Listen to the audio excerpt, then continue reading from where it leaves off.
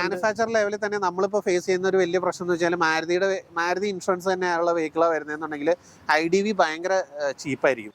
2025 March വരെ ഈ വെഹിക്കിളിന് വാറണ്ടിയും വരുന്നുണ്ട്. നമ്മൾ അഡീഷണൽ പ്രൊവൈഡ് ചെയ്യുന്ന വാറണ്ടി അല്ല, ഓൾറെഡി ഫോക്സ്വാഗൺ വാറണ്ടിയിൽ തന്നെയുള്ള വെഹിക്കിളാണ്.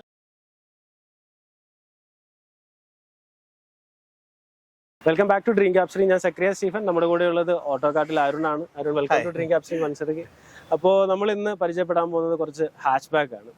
അതായത് കേരളത്തിലെ അല്ലെങ്കിൽ ഇന്ത്യയിൽ ഇറങ്ങിയിട്ടുള്ളതിൽ വെച്ച് മികച്ച ഹാച്ച് ബാക്ക് എല്ലാം നമ്മുടെ കൂടെ ഇപ്പോൾ ഉണ്ട്. പ്രസന്റ്ലി നമ്മുടെ കൂടെ ഉണ്ട്. അപ്പൊ നമുക്ക് ഓരോന്നായിട്ട് പരിചയപ്പെടാം. അപ്പൊ ആദ്യം നമുക്ക് സ്വിഫ്റ്റ് തന്നെ തുടങ്ങാം. സാധാരണക്കാരന്റെ ഒരു വാഹനമാണ് സ്വിഫ്റ്റ് എന്ന് പറയുന്നത്. അപ്പൊ ഏകദേശം ഇപ്പൊ റേറ്റ് ഒക്കെ നല്ല രീതിയിൽ കുറഞ്ഞു വന്നിട്ടുണ്ട്. ഡീസൽ സ്വിഫ്റ്റിന്റെ ഒക്കെ. നമ്മുടെ കൂടെ ഉള്ളത് പെട്രോൾ ആണ്. ഓബിയസ്ലി നമ്മുടെ ഓട്ടോകാർട്ടാണ്. സിംഗിൾ ഓണർഷിപ്പ് ആയിരിക്കും. വാഹനം നല്ല നീറ്റ് ആണെങ്കിൽ നമ്മൾ ഈ ലിസ്റ്റിൽ കാണുന്ന എല്ലാ വെഹിക്കിൾസും സിംഗിൾ ഓണർ ആണ്. ഓക്കെ. അപ്പൊ സ്വിഫ്റ്റിന്റെ ഡീറ്റെയിൽസ് ഒന്ന്. സ്വിഫ്റ്റിന്റെ ഡീറ്റെയിൽസ് 2012 ആണ് സ്വിഫ്റ്റ് വരുന്നത്. 2012 VXi ആണ്. മിഡിൽ ഓപ്ഷൻ വെഹിക്കിൾ ആണ്. ഓക്കെ. 64,000 കിലോമീറ്റർ ആണ് ആകെ ഡ്രൈവ് ചെയ്തിട്ടുള്ളൂ. സിംഗിൾ ഓണർഷിപ്പ് ഞാൻ എടുത്തു പറയേണ്ട കാര്യമല്ല. ഓഫ് കോഴ്സ് അതെ, സിംഗിൾ ഓണർഷിപ്പിലുള്ള വെഹിക്കിൾ ആണ്. വേറെ മേജർ ആക്സിഡന്റുകളോ റീപ്ലേസ്മെന്റുകളോ ഒന്നും തന്നെ ഇല്ലാത്ത വെഹിക്കിൾ ആണ്. ഇലക്ട്രിക്കൽ കാര്യങ്ങളെല്ലാം വരുന്നത്. അതെ, അത്യാവശ്യം ഫീച്ചേഴ്സ് കാര്യങ്ങളെല്ലാം ഈ വെഹിക്കിളിനകത്തുണ്ട്. ക്രൂയിസ് കൺട്രോൾ വരുന്നില്ല. ഇല്ല, സ്റ്റിയറിംഗ് മോട്ടോർ കൺട്രോൾ അങ്ങനെയുള്ള ഫീച്ചേഴ്സ് ഇല്ല. കാരണം 2012 ആ സമയത്ത് ഇറക്കുമ്പോൾ അങ്ങനെയുള്ള ഫീച്ചേഴ്സ് ഒന്നും കോമൺ ആയിട്ടില്ല. പിന്നെ മാരുതിയുടെ റീസെയിൽ വാല്യൂവും പിന്നെ അതുപോലെ തന്നെ സ്പെയർ പാർട്സിന്റെ അവൈലബിലിറ്റിയും അങ്ങനെയുള്ള കാര്യങ്ങളൊക്കെയാണ് ഇതിന്റെ അഡ്വാൻറ്റേജ് ആയിട്ട് നമുക്ക് പറയാൻ പറ്റുന്നത്.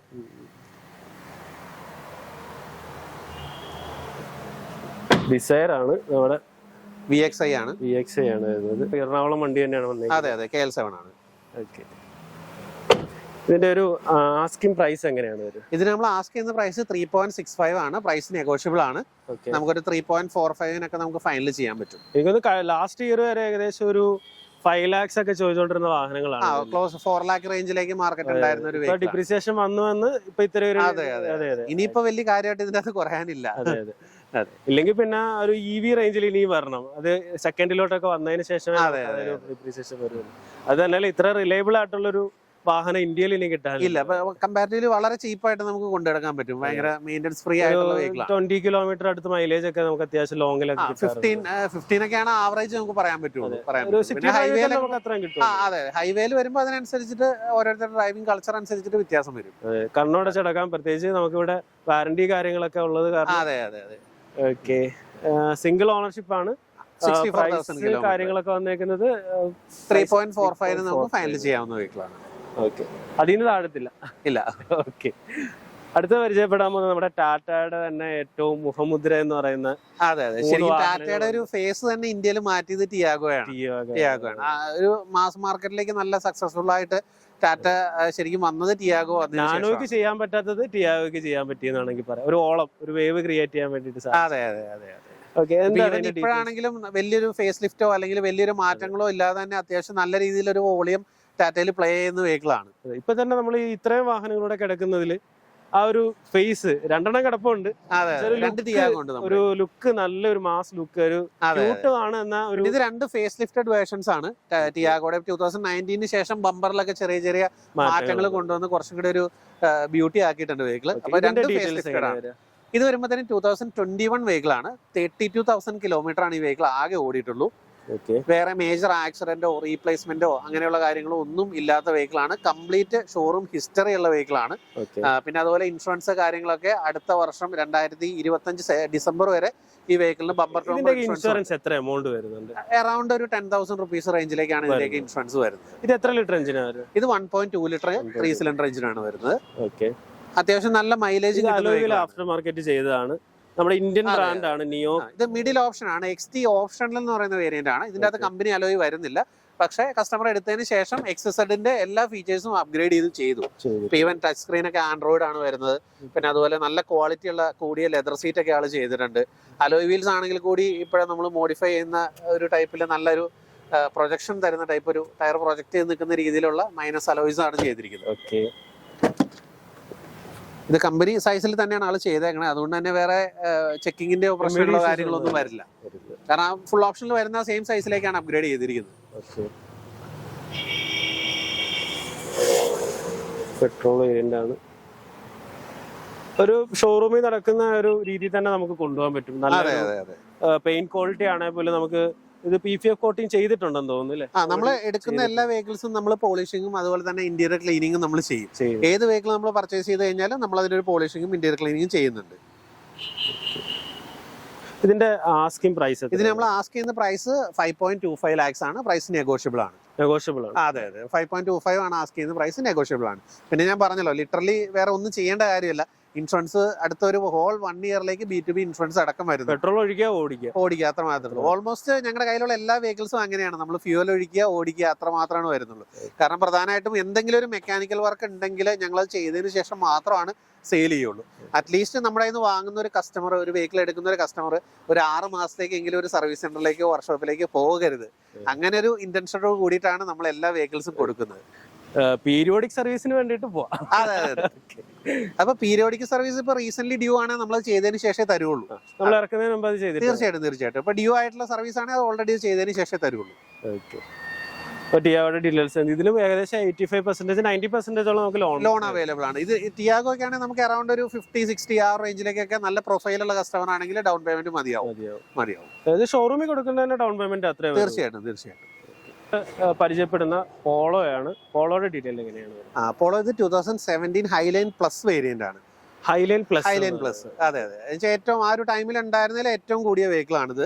16 ഇഞ്ച് അലോയ് വീൽസ് അങ്ങനെയുള്ള കുറെ അധികം ഹൈലൈൻ പ്ലസിൽ മാത്രം വരുന്ന കുറെ ഒരു ക്രോം ഇൻസെർട്ട് അതെ പിന്നെ 16 ഇഞ്ച് അലോയ് വീൽസ് ആണ് വരുന്നത്. റിയർ AC വെന്റ് ഉണ്ട് ഈ വെഹിക്കിളില്.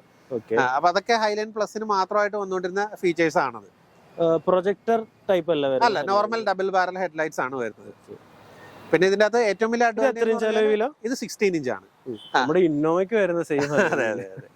അത് ഹൈലൈൻ പ്ലസിന് മാത്രമാണ് ആ ഒരു അലോയ്സ് വരുന്നുള്ളൂ. അത്യാവശ്യം നല്ല ടയർ ലൈഫ്. വലിയ കുഴിയാണെങ്കിൽ പോലും നമ്മൾ വീണ് കഴിഞ്ഞാൽ അറിയത്തില്ല.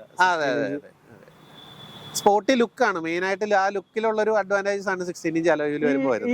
ഈ സീറ്റ് ഒറിജിനൽ ഇത് തന്നെയാണ് കമ്പനി വരുന്നത്, ഫാക്ടറി ഫിറ്റഡ് സീറ്റ് ആണ്. ഹൈലൈൻ പ്ലസിൽ ഈ ഒരു സ്പെഷ്യൽ ഒരു പാറ്റേണിലാണ്. ക്യാമറയിൽ എങ്ങനെ മനസ്സിലാവുന്ന അടിപൊളി ലുക്കിലുള്ള സീറ്റ്. അതെ സീറ്റ് കവർ അല്ലത്, ഒരു കവർ അല്ല, അത് ഫാബ്രിക്, കമ്പനി ഫാബ്രിക് ആണ്. പക്ഷെ അതിന്റെ സൈഡിലൊക്കെ ലെതർ ഇൻസേർട്സ് ഒക്കെ വരുന്നുണ്ട്.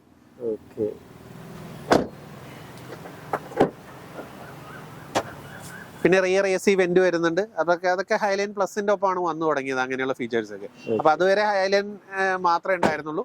ഈ ഒരു 2015, 16, 17 ആ ഒരു ടൈമിലാണ് ഹൈലൈൻ പ്ലസ് വന്നു തുടങ്ങിയത്. സ്റ്റിയറിംഗിൽ full controls face lifted version ആയതുകൊണ്ട് തന്നെ flat bottom type steering wheel ആണ് വരുന്നത്. പിന്നെ ക്രൂയിസ് കൺട്രോൾ ഒക്കെ ഇതിന് ഈ വെഹിക്കിളിൽ തന്നെ വരുന്നുണ്ട്. 98,000 ഓടിയിട്ടുണ്ട്. കംപ്ലീറ്റ് ഷോറൂം ഹിസ്റ്ററി ആണ്. പിന്നെ ഈ വെഹിക്കിളിന്റെ അഡ്വാൻറ്റേജ്, ഈ വെഹിക്കിൾ ഇപ്പോഴും അണ്ടർ വാറണ്ടിയിലാണ്. 2025 മാർച്ച് വരെ ഈ വെഹിക്കിളിന് വാറണ്ടിയും വരുന്നുണ്ട്. നമ്മൾ അഡീഷണൽ പ്രൊവൈഡ് ചെയ്യുന്ന വാറണ്ടി അല്ല, ഓൾറെഡി ഫോക്സ്വാഗൺ വാറണ്ടിയിൽ തന്നെയുള്ള വെഹിക്കിൾ ആണ്. അപ്പൊ ഈ വാറണ്ടി എക്സ്പയർ ആവുന്നതിന് മുമ്പാണ്. സർവീസിനൊന്നും കിട്ടാൻ വലിയ ബുദ്ധിമുട്ടൊന്നുമില്ലല്ലോ?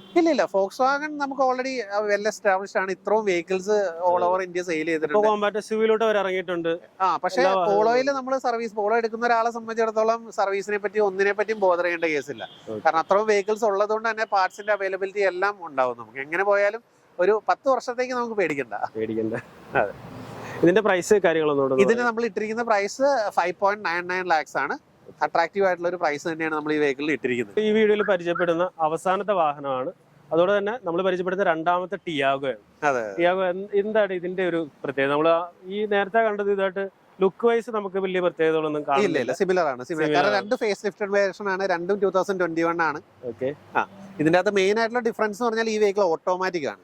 ഇത് ടിയാഗോയിൽ തന്നെ ഇപ്പോൾ അവൈലബിൾ ആയിട്ടുള്ള ഏറ്റവും കൂടിയ വെഹിക്കിൾ ആണ്. അതായത് XSD പ്ലസ് എന്ന് പറയുന്ന വേരിയന്റ് ആണ്. അതെ അതിലും എക്സ്ട്രാ ചെയ്തേക്കണാണ്. ഇതിൽ പക്ഷേ കമ്പനി ഫാക്ടറി ഫിറ്റഡ് ആയിട്ട് വരുന്നതാണ്. പിന്നെ എന്തൊക്കെയാണ് പിന്നെ ഇതിന്റെ അകത്തുള്ള ഡിഫറൻസ് എന്ന് വെച്ച് കഴിഞ്ഞാൽ ഞാൻ പറഞ്ഞല്ലോ, ഓട്ടോമാറ്റിക്കിന്റെ ഏറ്റവും കൂടിയ വേർഷൻ ആണ്. ഇതിന്റെ മുകളിൽ ഡ്യുവൽ ടോൺ എന്ന് പറയുന്ന ഒരു വേർഷൻ കൂടെ ഉണ്ട്. അതിൽ പക്ഷേ റൂഫ് ബ്ലാക്ക് ആയിരിക്കും എന്നുള്ള ഡിഫറൻസ് മാത്രം. ഓട്ടോമാറ്റിക് എന്ന് പറയുമ്പോൾ ഏതാണ്? AMG ആണ്. അത്യാവശ്യം നല്ല എക്കണോമിക്കൽ ആയിട്ട് നമുക്ക് ഉപയോഗിക്കാൻ പറ്റും. ഒരു 18-19 ഒക്കെ ആവറേജ് മൈലേജ് കിട്ടുന്ന വെഹിക്കിൾ ആണ്. പിന്നെ ടച്ച് സ്ക്രീൻ പോലുള്ള എല്ലാ ഫീച്ചേഴ്സും, പിന്നെ സിറ്റി ഡ്രൈവിലെ ലേഡീസിനൊക്കെ ആയിട്ട് ഏറ്റവും കൂടുതൽ ആളുകൾ എടുക്കുന്ന ഒരു വെഹിക്കിൾ ആണ്. ഇതിന്റെ ഒരു സ്പെഷ്യൽ സീറ്റ് ആണ് വന്നേക്കുന്നത്. ടോപ്പ് എൻഡ് ആയതുകൊണ്ടാണ് XSD പ്ലസിൽ വരുന്ന ഒരു സീറ്റ് ആണ്.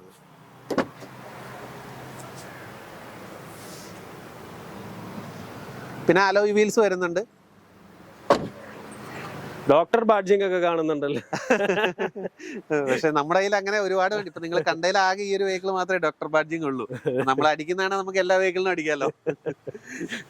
ജെനുവിൻ ആയിട്ട് ഡോക്ടർ ഉപയോഗിച്ചുകൊണ്ടിരുന്നതാണ്. അപ്പൊ അദ്ദേഹം യൂറോപ്പിലേക്ക് മൈഗ്രേറ്റ് ചെയ്തുകൊണ്ട് സെയിൽ ചെയ്താണ് അവർ ഈ വെഹിക്കിൾ.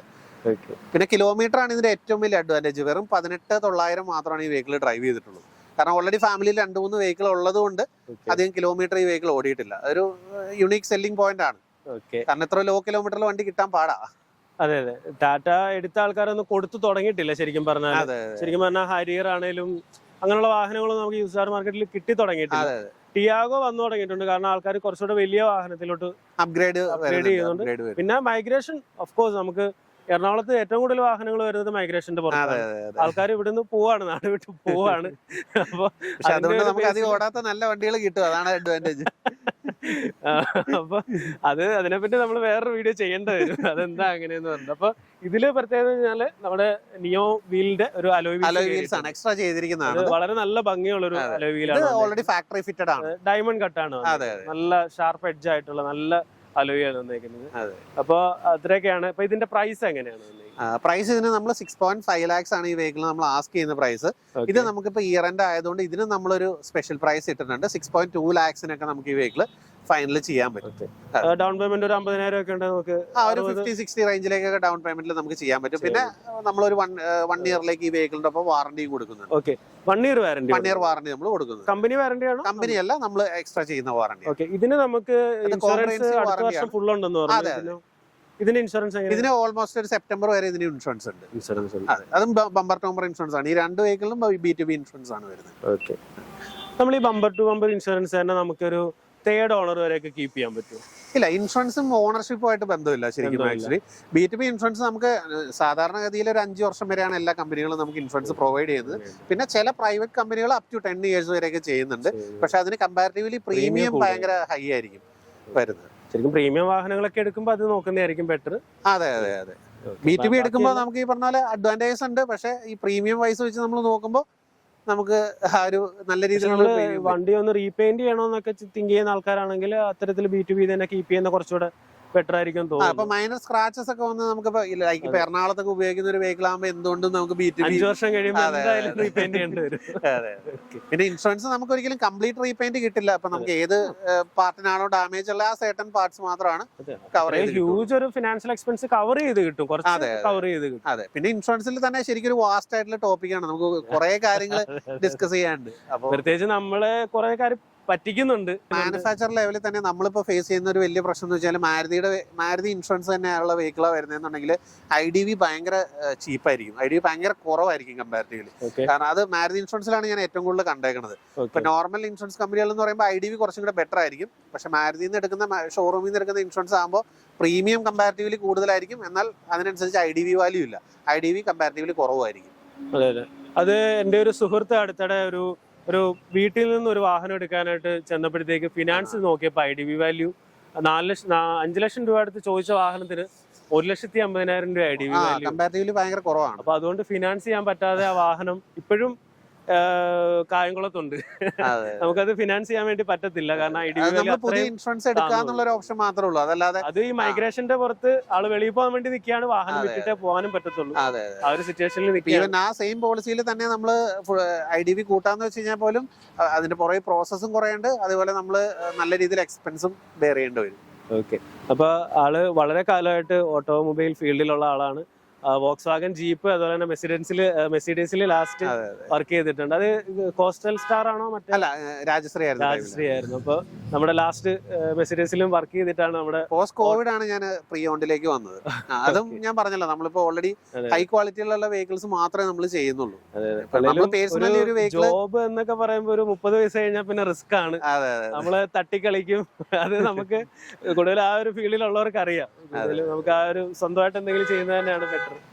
ഓക്കെ, എന്തായാലും നല്ലൊരു ഓട്ടോമൊബൈൽ കൺസൾട്ടന്റ് ആണ്. നിങ്ങൾക്ക് ആവശ്യമായിട്ടുള്ള ഇതുപോലുള്ള സംശയങ്ങളും വേണമെങ്കിൽ വിളിച്ച് ചോദിക്കാം അല്ലേ? തീർച്ചയായിട്ടും. ഇപ്പൊ ഓട്ടോമൊബൈൽ റിലേറ്റഡ് ആയിട്ടുള്ള എന്ത് ക്വയറീസ് ഉണ്ടെങ്കിലും നമ്മൾ ഈവൻ ഇൻഷുറൻസ് ആയിക്കോട്ടെ, ആക്സസറീസ് ആയിക്കോട്ടെ, എക്സ്റ്റൻഡഡ് വാറന്റി ആയിക്കോട്ടെ, ഓട്ടോമൊബൈൽ റിലേറ്റഡ് ആയിട്ടുള്ള എന്ത് ക്വയറീസ് ഉണ്ടെങ്കിലും അതിനകത്ത് ബിസിനസ് നമ്മുടേതായിട്ട് ചെയ്യുമോ അങ്ങനെ ഇല്ലയോ എന്നുള്ളത് നോക്കേണ്ട കേസില്ല. നമ്മളെ കൊണ്ട് പറ്റുന്ന എന്ത് ഹെൽപ്പ് ആണെങ്കിലും ആർക്കും വേണമെങ്കിലും ചെയ്തു തരാം. ഓക്കെ, ഒരു മണി ഏണിംഗ് ആക്ടിവിറ്റി ആയിട്ട് മാത്രമല്ല, ഒരു പാഷൻ ആണ്, ഒരു പ്രൊഫഷൻ ആണ്. ഡെഫിനറ്റ്ലി. അപ്പോൾ ഓൾ ദി ബെസ്റ്റ് അരുൺ ചേട്ടാ. Thank you. അപ്പൊ ഇത്രയധികം വാഹനങ്ങൾ നമ്മൾ പരിചയപ്പെട്ടു. അപ്പൊ നമ്മുടെ പ്രേക്ഷകർക്ക് ആവശ്യമായിട്ടുള്ള വാഹനം ഇതിൽ കൂട്ടത്തിൽ എന്തായാലും കാണും, അല്ലെങ്കിൽ എൻക്വയറിക്ക് അനുസരിച്ച് അറേഞ്ച് ചെയ്ത് കൊടുക്കുക. അടുത്തൊരു വീഡിയോ കാണുന്നത് സക്രിയ സ്റ്റീഫൻ ആണ്. അരുൺ ചേട്ടൻ സൈനിങ് ഓഫ് ഫ്രം ഡ്രീം ക്യാപ്സർ.